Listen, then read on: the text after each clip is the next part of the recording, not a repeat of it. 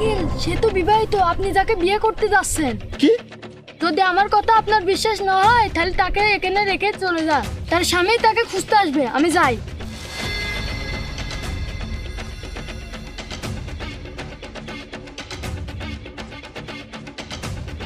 অপু, আমি বলছিলাম যে আমরা তো বাড়ি থেকে পালিয়ে বিয়ে করতে যাচ্ছি আর কাজে অফিসে যাচ্ছি, সেখানে তো টাকা লাগবে।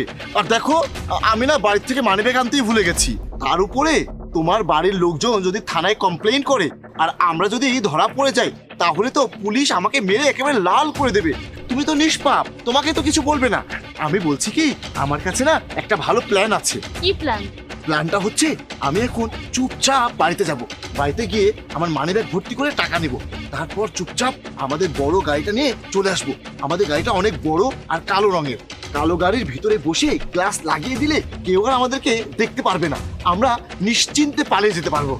আমি এখন বাড়িতে যাই, তারপর টাকা আর গাড়ি নিয়ে তাড়াতাড়ি চলে আসবো। তুমি ততক্ষণ এখানেই থাকো, আমি খুব দ্রুত যাব আর খুব দ্রুত চলে আসবো। আমার এই প্ল্যানটা একদম ভালো মনে হচ্ছে না। তুমি আমাকে এখানে একা রেখে যাবে, এর মধ্যে যদি কেউ এসে আমাকে তুলে নিয়ে যায়? আরে অপু, তুমি তো চিন্তা কেন করছো? দেখছো না এটা কত নিরিবিলি জায়গা। এটা এমন একটা জায়গা, এখানে কেউ আসে না, কেউ আসবে না, তোমার কোনো ভয় নেই। আর তুমি তো জানো না, সামনে এগিয়ে গিয়ে যে আবাসিক কলোনিটা আছে না, ওইখানেই আমার বাসা। আমি 2 মিনিটের মধ্যে গিয়ে গাড়ি নিয়ে আসছি, তারপর আমরা আরামে গিয়ে বিয়ে করে নেব। আচ্ছা ঠিক আছে, তুমি তাড়াতাড়ি আসবে, আমি এখানে ঘোমটা দিয়ে দাঁড়িয়ে থাকবো। হ্যাঁ ঠিক আছে।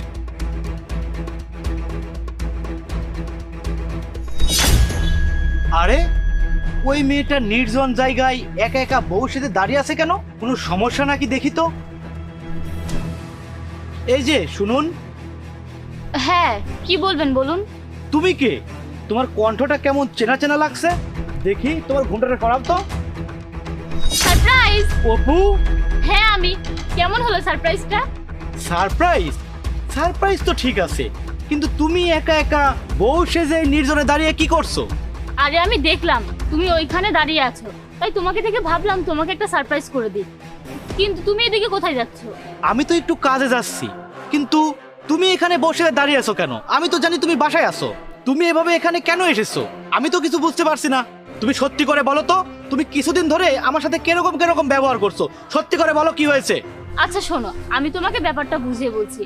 আসলে হয়েছে কি, আমার অনেকদিন ধরেই বিয়ের শাড়ি পরতে ইচ্ছা করছিল, বিয়ের পর তার পরার সুযোগই পাইনি, তাই আজকে পরে বাইরে চলে এসেছি। আর দেখো তুমিও সামনে চলে এসেছো, তাই ভাবলাম তোমাকে ঘুমটা দিয়ে অবাক করে দিই, এছাড়া আর কিছু না। আচ্ছা ঠিক আছে, চলো বাসায় যাই।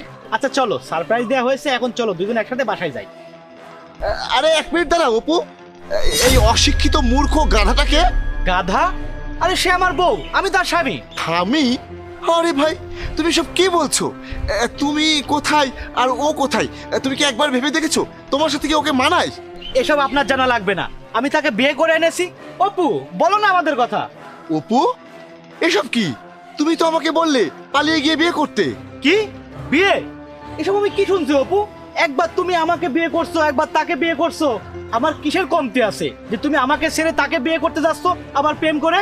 আরে অপু বলো, 5 মিনিট আগে তো তুমি আমাকেই বিয়ে করতে যাচ্ছিলে, আর এই চাষি এসব কি বলছে? এই সাবধান, একবারও আমাকে আর চাষি বলবে না কিন্তু।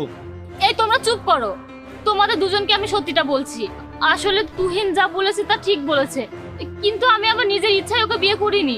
আরে অপু, আমি তো মনে করি যে তুমি আমাকে অনেক ভালোবাসো, আর তুমি আমাকে ধোকা দিচ্ছ। প্রতারক, আমাকে ধোকা দিয়ে তোমরা দুজন প্রেম করে মজা নিচ্ছ আর আমাকে বোকা বানাচ্ছ। আরে ভাই, তুমি তো বোকাই। তুমি তোমার নিজের অবস্থার কথা না ভেবে, নিজেকে না দেখে এরকম একটা স্মার্ট মেয়েকে বিয়ে করেছো, তাও আবার জোর করে, মেয়ের অনুমতি না নিয়ে। আমি এখন তোমার নামে পুলিশে কেস করব। তুমি তার বাবাকে টাকার লোভ দেখিয়ে তার অনুমতি না নিয়ে তুমি তাকে বিয়ে করেছো, তুমি জঘন্য অপরাধ করেছো। আমি তো তোমাকে পুলিশে ধরিয়ে দেবো। আর অপু, আমি বুঝতে পেরেছি এই কারণে তুমি আমাকে কিছু বলোনি। তুমি ভেবেছো এসব জানার পর আমি তোমাকে ছেড়ে চলে যাব, তোমাকে বিয়ে করব না। অপু, তুমি আমাকে ভুল বুঝেছো, আমি তোমাকে অনেক ভালোবাসি। আমি যে কোনো মুহূর্তের জন্য তোমাকে বিয়ে করতে রাজি আছি। তুমি একদম চিন্তা করো না, এই মুহূর্তে তাকে আমি থানায় নিয়ে গিয়ে পুলিশের হাতে তুলে দেবো, তারপর আমরা কাজী অফিসে গিয়ে বিয়ে করে সুখের সংসার করব। যা কিছু হয়েছে না জেনে হয়েছে, আর না জানি এর জন্য তুমি কতটা কষ্ট ভোগ করেছো। আর এইসব মানুষকে তো আমি ছাড়বো না, আমি ওকে এখন ধরে থানায় নিয়ে যাব।